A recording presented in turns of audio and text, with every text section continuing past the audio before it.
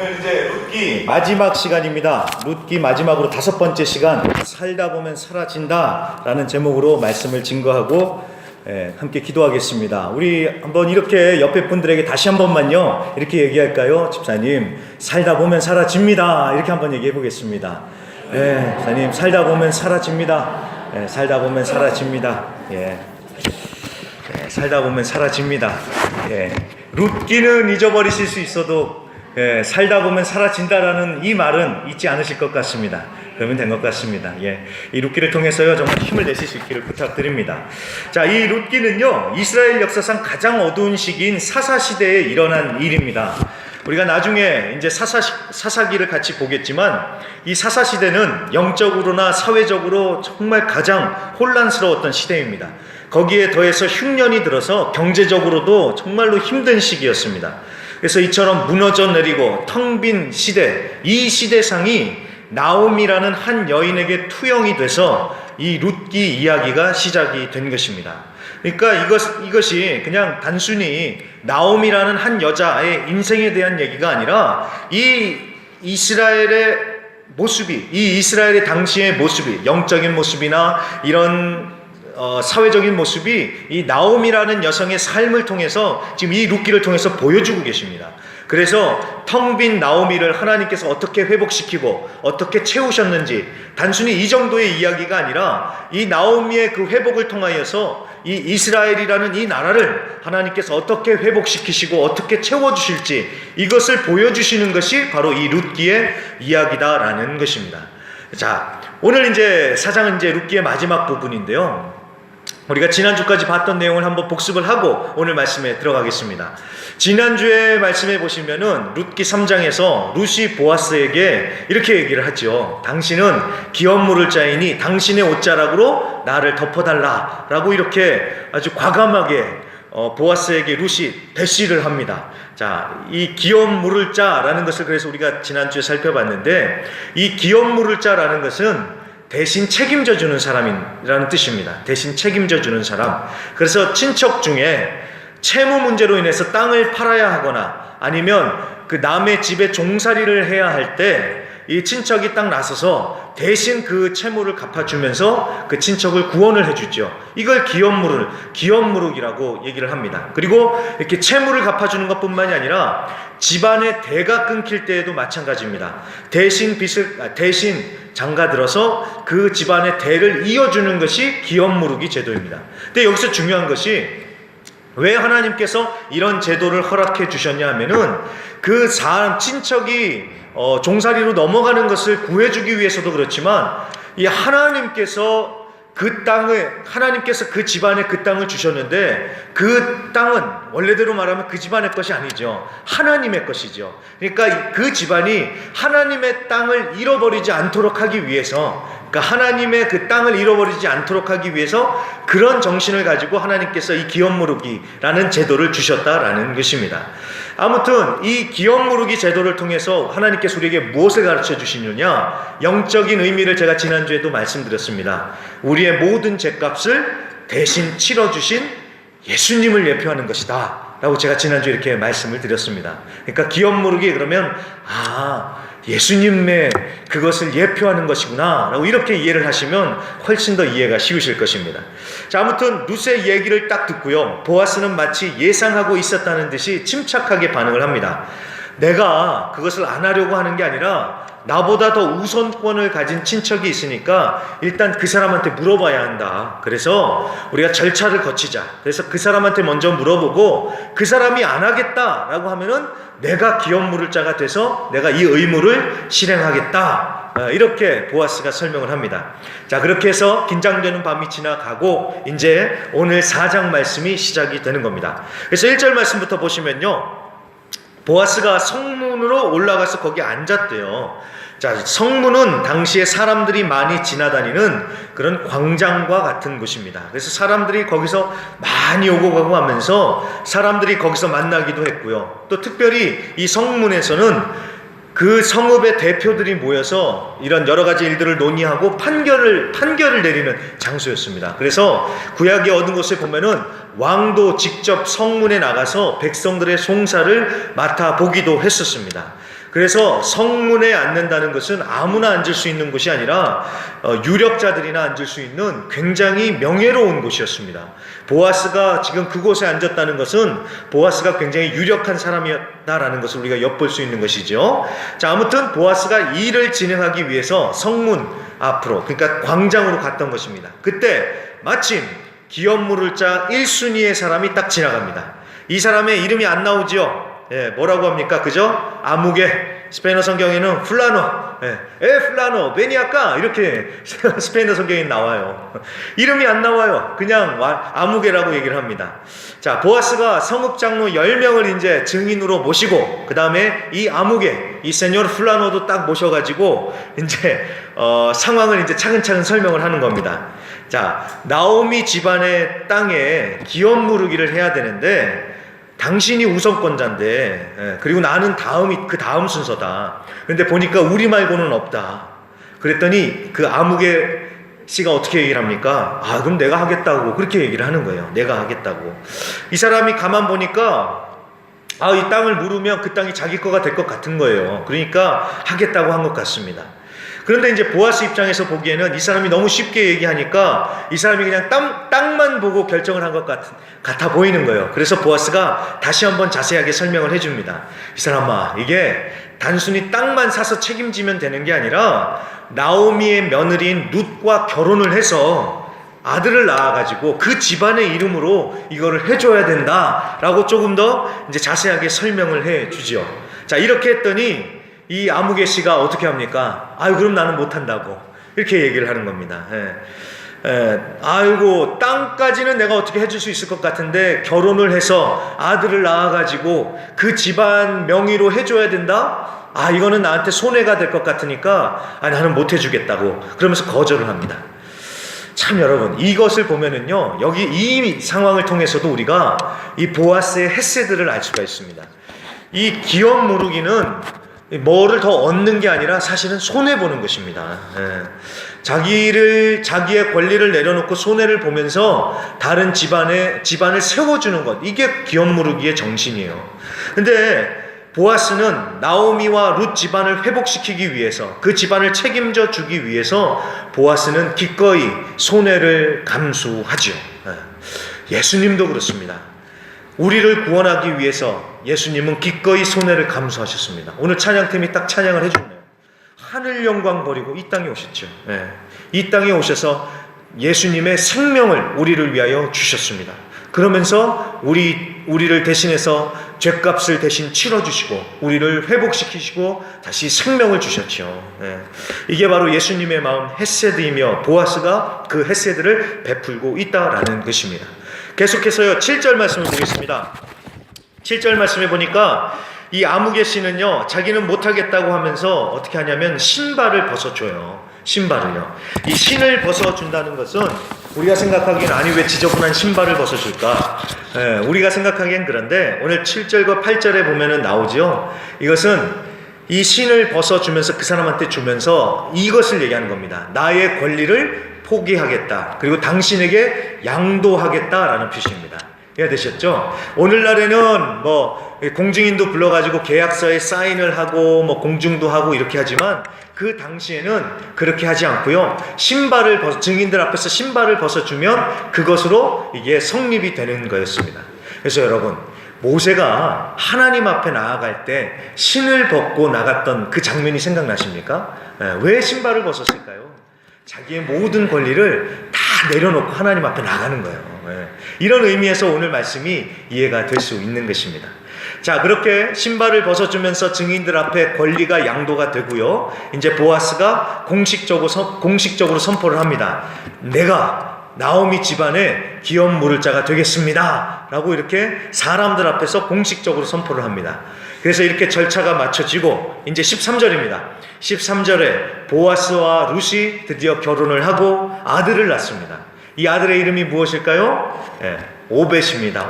오벳이라는 이름이 이 아들에게 붙고요.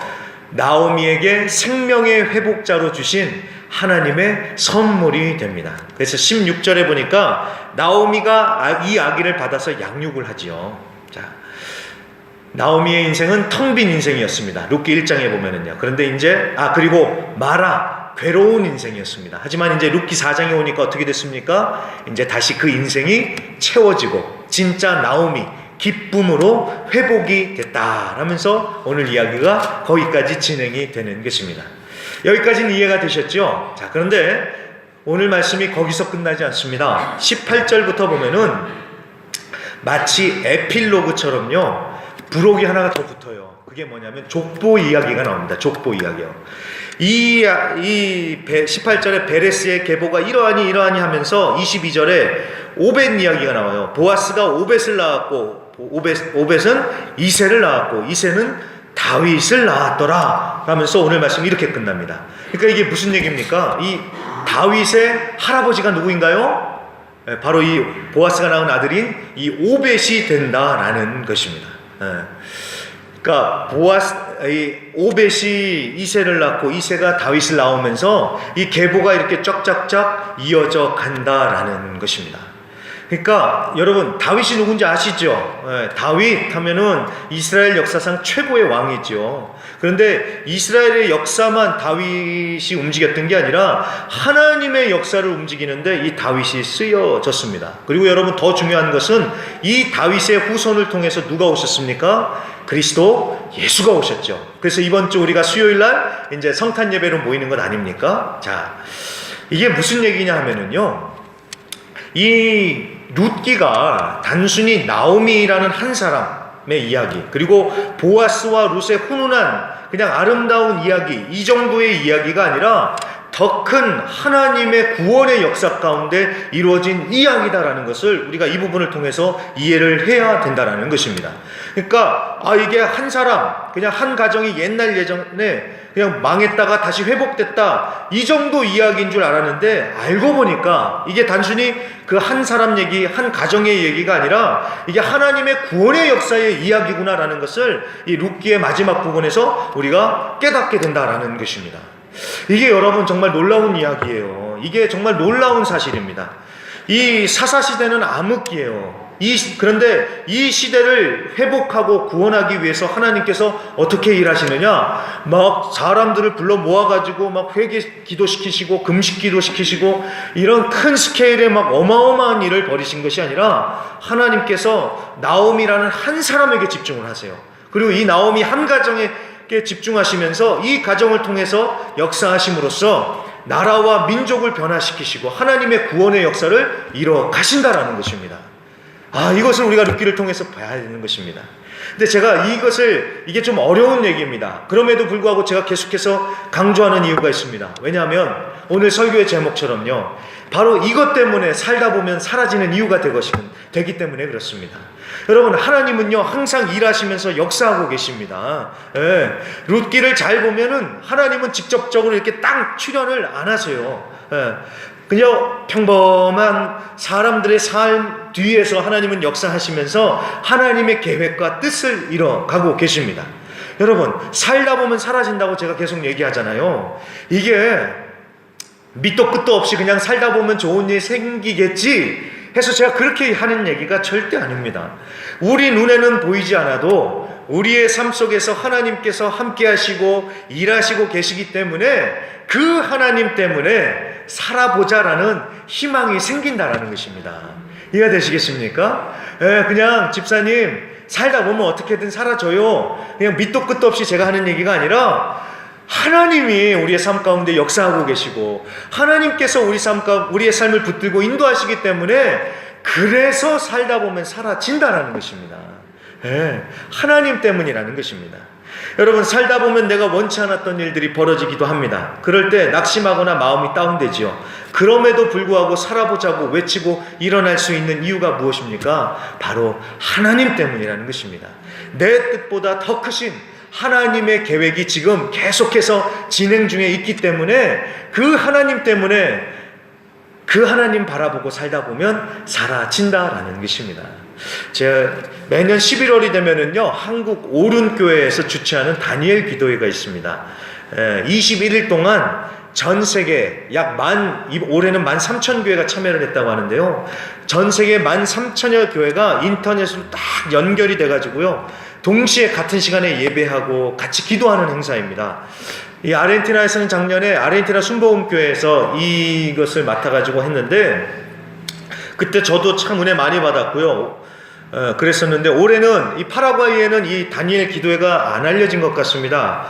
그때 그 오른교회에서 그 하시는 간사님이 저한테 얘기를 했었습니다. 목사님, 파라과이로 가시면 목사님이 하지 않으시겠습니까? 라고 저한테 얘기는 했는데, 아직까지는 우리도 해야겠죠. 아직까지는 이 파라과이 사회에 잘 안 알려진 것 같아서 제가 이 공론화를 시키지는 않았는데, 올해는 그냥 제가 저 혼자 사무실에서 했습니다.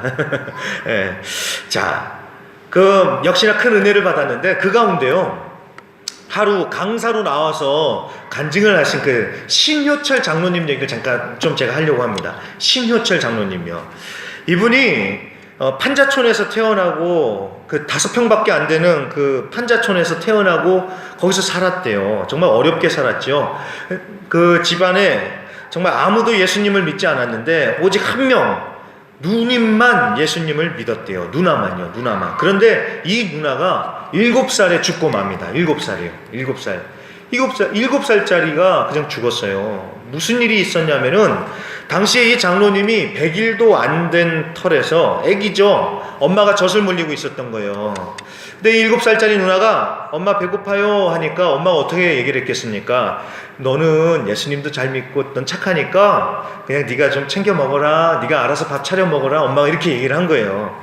이 누나가 네 하면서 이제 부엌으로 가서 이제 부뚜막에 딱 올라갔는데 그만 거기서 미끄러져 버려가지고요. 끓는 물에 빠져버린 겁니다. 그러면서 거기에 빠져가지고 화상을 입었는데 그 화상이 너무나도 심각했는지요. 그렇게 죽고 말았다고 합니다. 근데 이 7살짜리가 죽으면서 엄마한테 그랬대요. 엄마, 하나님 안 믿으면 벌 받아. 엄마, 하나님 안 믿으면 벌 받아. 하나님 안 믿으면 벌 받아. 이렇게 3번을 엄마한테 얘기를 하고 눈을 감았답니다. 자, 저 같았으면 그랬을 것 같아요. 야, 하나님은 무슨 하나님? 하나님이 왜 너 그러는 너는 안 지켜주셨냐? 라고 하면서 저 같았으면 하나님을 원망했을 것 같아요. 근데 이 엄마도 마찬가지였겠지요. 근데 그럴 때마다 딸의 음성이 계속 들리더래요. 엄마, 하나님 안 믿으면 벌 받아. 하나님 안 믿으면 벌 받아. 자, 그렇게 해서요, 가족들이 하나씩 예수님을 믿게 됐다고 합니다. 그런데 이 어머니도 결핵 때문에 그리고 뇌졸중 때문에 49살에 주님 품에 안기셨대요. 참 어떻게 집안에 이런 집안이 있습니다. 그렇죠? 49살에 주님 품에 안기는데 마지막 순간까지 이 아들, 이 장로님한테 그렇게 얘기를 하시더래요. 너는 어느 곳에 있든지 하나님이 필요한 곳에 서 있어라. 이 장로님한테 그렇게 얘기를 하고 눈을 감으셨대요. 참 이 하나님을 믿는 반전의 역사가 일어났지요. 이 장로님이 누나를 말하면서 이렇게 얘기를 해요. 누님은 우리 집안에 심겨진 미랄이었다고요. 누나의 죽음이 어찌 슬프지 않았겠습니까? 하지만 그 일을 통해서 이 집안이 끝장난 것이 아니라 오히려 그 아픔을 이기고 넘어서서 누나가 미랄로 땅에 떨어져서 온 가족들이 예수를 믿는 구원의 역사, 생명의 역사가 일어났다고 이 장로님은 믿음으로 고백할 수 있게 된 것입니다. 그리고 그런 과정을 겪으면서요, 이 장로님은 지금 현재는 거룩한 153이라는 회사를 이끌면서 복음을 전하는 일꾼으로 쓰임받고 있습니다. 여러분, 가난한 것만으로도 힘들었습니다. 그런데 그 귀한 첫째 누나까지 잃어버린 집안이 됐습니다. 그런 이 집안도 나오미 집안처럼 정말로 텅 빈 인생이었죠. 안타까운 죽음. 그런데 그래도 어떻게 하다 보니까 사라진다고요? 살다 보니까 사라졌다고요. 왜요? 그 일을 넘어서는 하나님의 역사가 있었기 때문에 살다 보니까 사라지는 생명의 역사가 일어나더라는 것입니다. 여러분, 하나님은 우리의 눈에 보이지 않습니다. 그렇다고 해서 하나님이 졸거나 쉬고 계신다? 절대 그렇지 않습니다. 하나님은 지금 이 시간에도 끊임없이 저나 여러분의 삶 가운데서 역사하고 계십니다. 그러면서 우리의 뜻보다, 우리의 생각보다 더 크신 하나님의 계획을 이뤄가고 계신다는 사실을 여러분들 꼭 믿으실 수 있기를 부탁드립니다. 바로 그 하나님 바라보고 살다 보면 사라지는 것입니다. 하나님 보시면서 끝까지 사시면서 사라지는 그 하나님의 은혜를 체험하실 수 있는 우리 성도님들이 되시기를 간절히 부탁드립니다. 목사 보고 사는 것 아닙니다. 장로님 보고 사는 것도 아니고요. 하나님 바라보고 사는 것입니다. 하나님 바라보실 수 있기를 주의 이름으로 부탁드립니다. 자, 그런데 여기서 중요한 것이 한 가지 있습니다. 하나님의 역사가 어떤 통로를 통해서 어떻게 일어나는지 우리가 마지막으로 한번 잘 생각해 봐야겠습니다. 자, 어떻게 하나님께서 역사하십니까? 바로 헤세드와 기도입니다. 간단하게 말씀드리고 마치겠습니다. 자, 오늘 이 룻기에 나오는 나오미, 룻, 보아스 이 세 사람은 철저하게 이 헤세드라는 것으로 연결되어 있습니다. 이 헤세드는 하나님의 그 깊은 은혜, 하나님의 그 끊임없는 사랑, 끝없는 사랑이라고 제가 말씀드렸죠.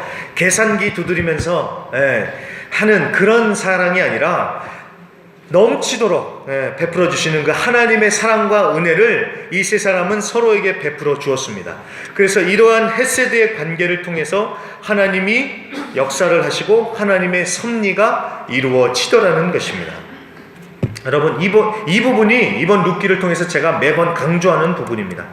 룻기 시대는 영적으로나 사회적으로나 경제적으로나 너무나도 힘든 시기였습니다.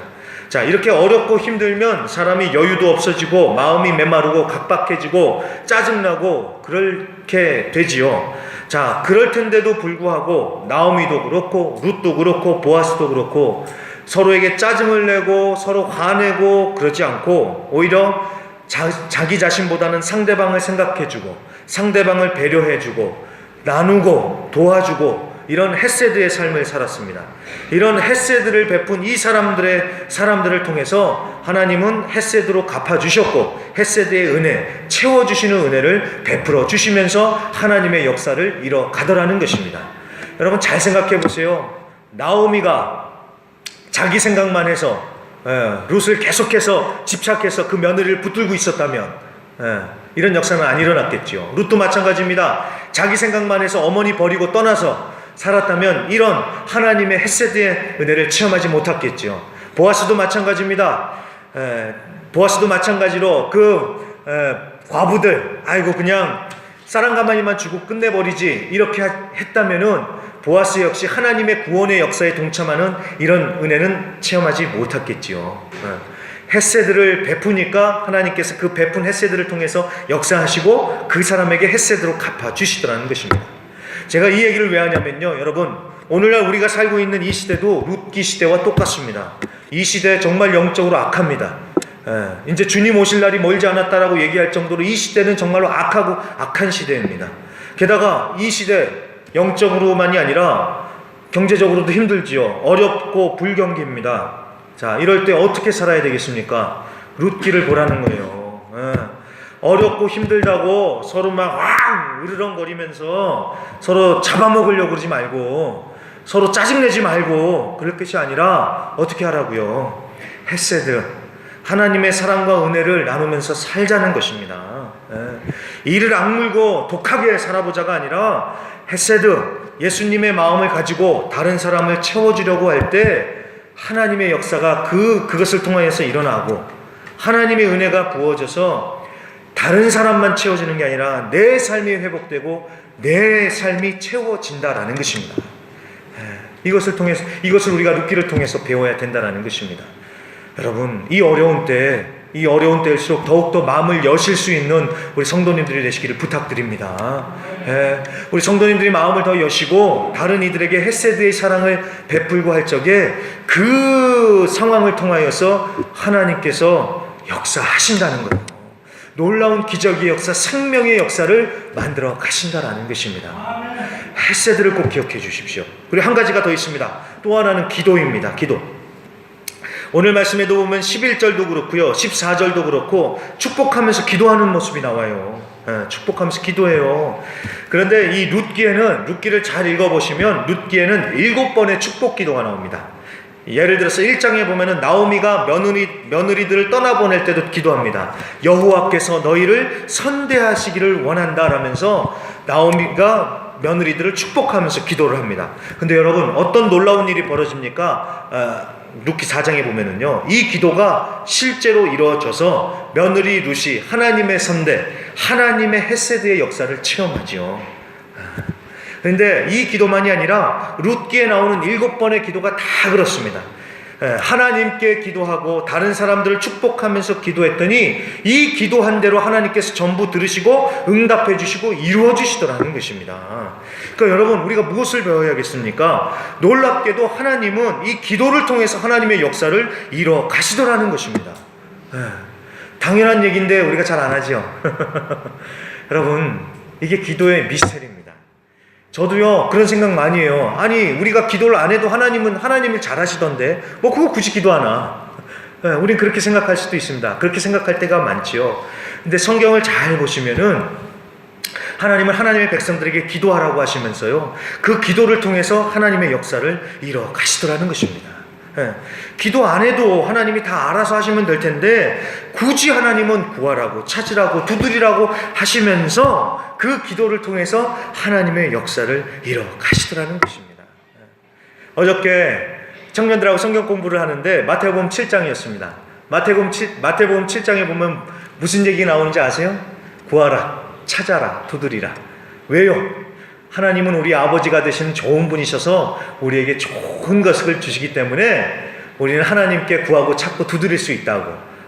어제 청년들하고 그런 얘기를 봤습니다. 그래서 물어봤습니다. 너희들은 하나님께 찾고 구하고 있냐고. 청년들의 대답은 공개하지 않겠습니다. 여러분, 좋으신 하나님께 구하고 찾고 두드리고 계십니까? 이론으로만, 머리로만 알고 멈출 것이 아니라 정말 하나님께 찾고 구하고 두드리실 수 있는 우리 성도님들이 되시기를 간절히 부탁드립니다. 기도해야 됩니다. 기도해야 됩니다.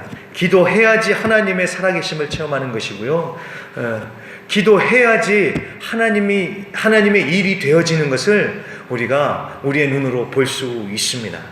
좀 전에 제가 말했던 그 신효철 장로님이 그 간증 가운데 이런 얘기를 하시더라고요. 사람은 비전만큼 살고 기도만큼 이룬다. 이분도 자기 스스로 하시는 말씀이 아니라 어디서 배운 말씀인데 너무 맞는 말씀이에요. 사람은 비전만큼 살고 기도만큼 이룬대요.